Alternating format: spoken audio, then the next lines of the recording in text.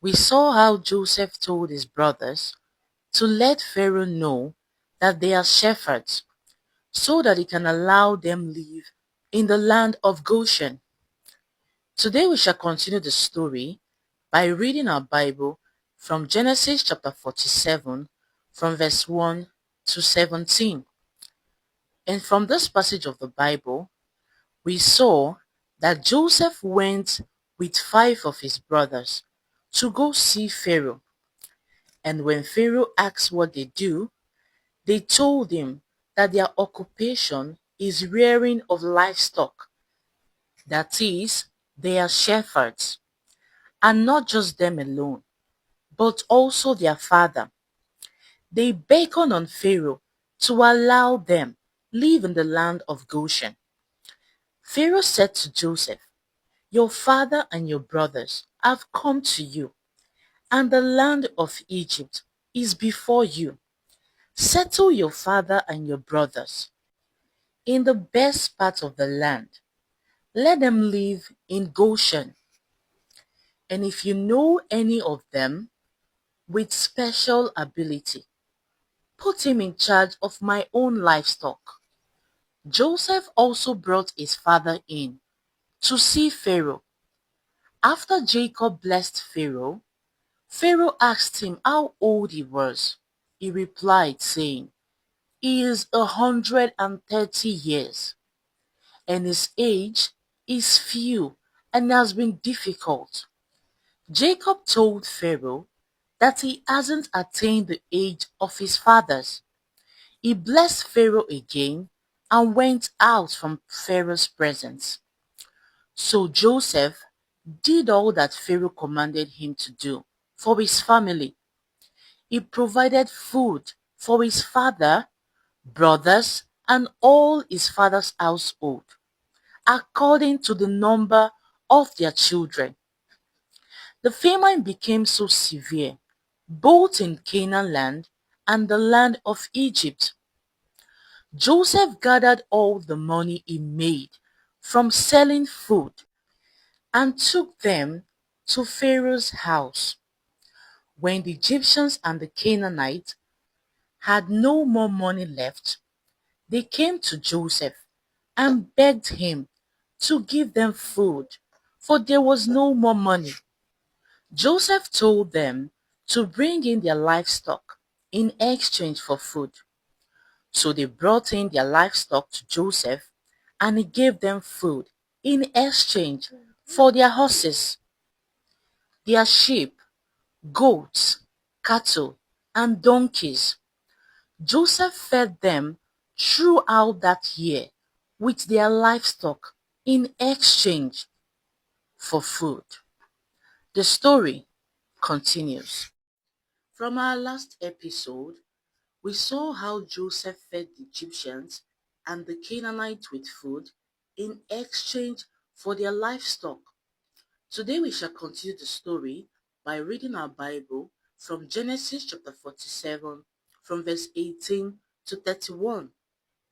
And we saw from this passage of the Bible that when that year was over, the people came again to Joseph and told him they couldn't hide themselves again from him. They said their monies and their livestock are all gone in exchange for food, and that the only thing they have left is their bodies and their lands. So they gave themselves up and their lands to Joseph in exchange for food, so that they can live and not die, and that the land may not be desolate. Joseph bought all the land in Egypt for Pharaoh, and all the land became Pharaoh's. Everyone in Egypt sold their land to Joseph because the famine was very severe. As for the people who gave themselves up, Joseph reduced them to serve from one end of Egypt to another. However, Joseph did not buy the land of the priests because the priests had their own portion of food given to them by Pharaoh. So this made them not to sell their lands.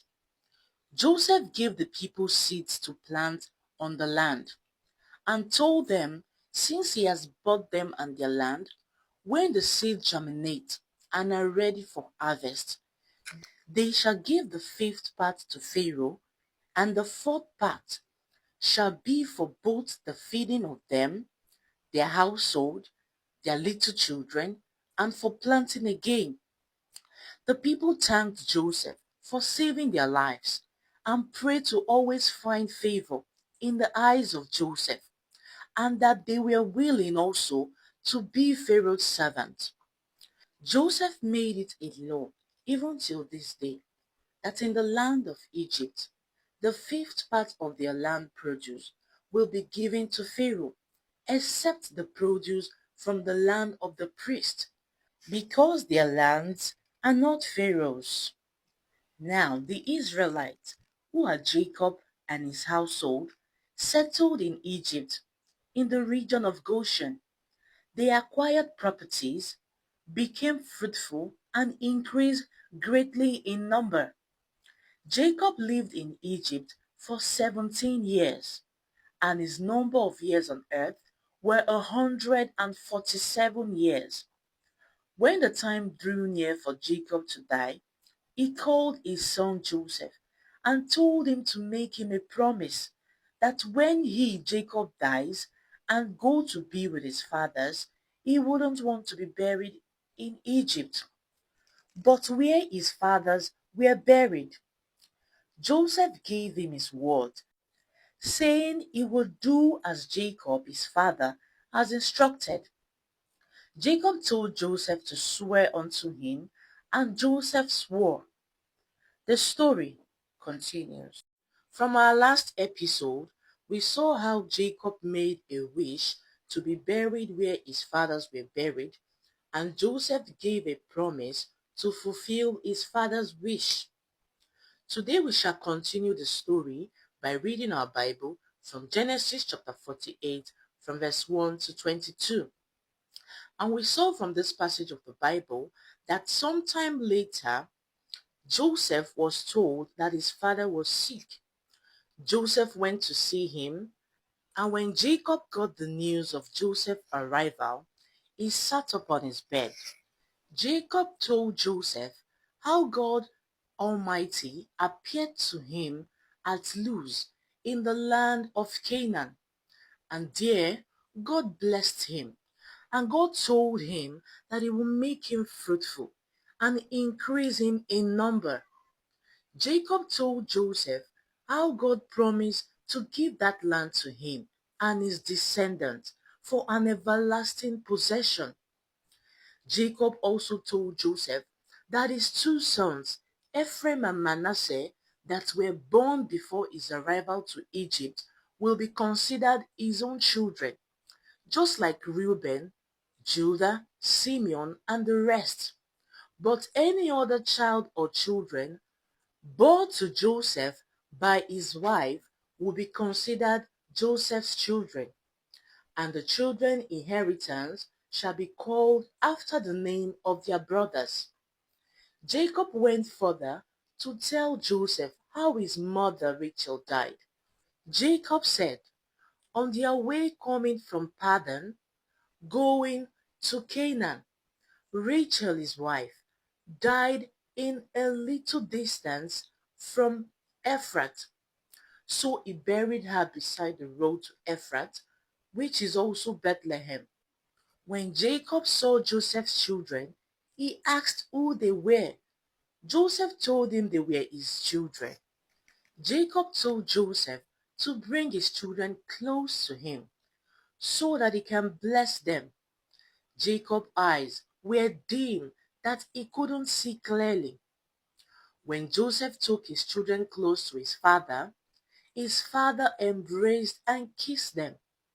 Jacob told Joseph that he never expected to see his face again, and now God has allowed him to see his grandchildren, Ephraim and Manasseh. Now Joseph brought out his children from his father's knees and bowed his face down, and took Ephraim, who is his second son, to his father's left hand, and Manasseh, who is his firstborn, to his father's right hand, for his father to bless them. But surprisingly, Jacob his father placed his right hand on Ephraim, who is the youngest, and his left hand on Manasseh, who is the eldest. He blessed Joseph and said, "May the God whom his father Abraham and Isaac walked with, the God who has been his shepherd all his life to this day, the angel who has delivered him from all harm, may that same God bless Ephraim and Manasseh. May they be called by his name and the names of his fathers, Abraham and Isaac, and may they increase greatly on the earth." When Joseph saw his father placing his right hand on Ephraim, the youngest, it displeased Joseph, and that made him remove his father's hand from Ephraim and place it on Manasseh, the eldest. But Jacob his father refused and said, "I know it, my son, I know it. Manasseh also shall become a people, and he also shall be great. But truly his younger brother Ephraim shall be greater than him, and his descendants shall become a multitude of nations."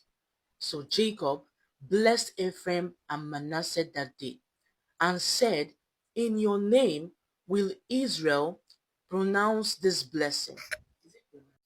May God make you like Ephraim and Manasseh." So he then put Ephraim ahead of Manasseh. Jacob told Joseph that he is about to die, but God will be with him and take him back to the land of his fathers. He also told him that he has given Joseph one portion of land above his brothers, the land he took out of the hand of the Amorites with his sword and his bow. The story continues.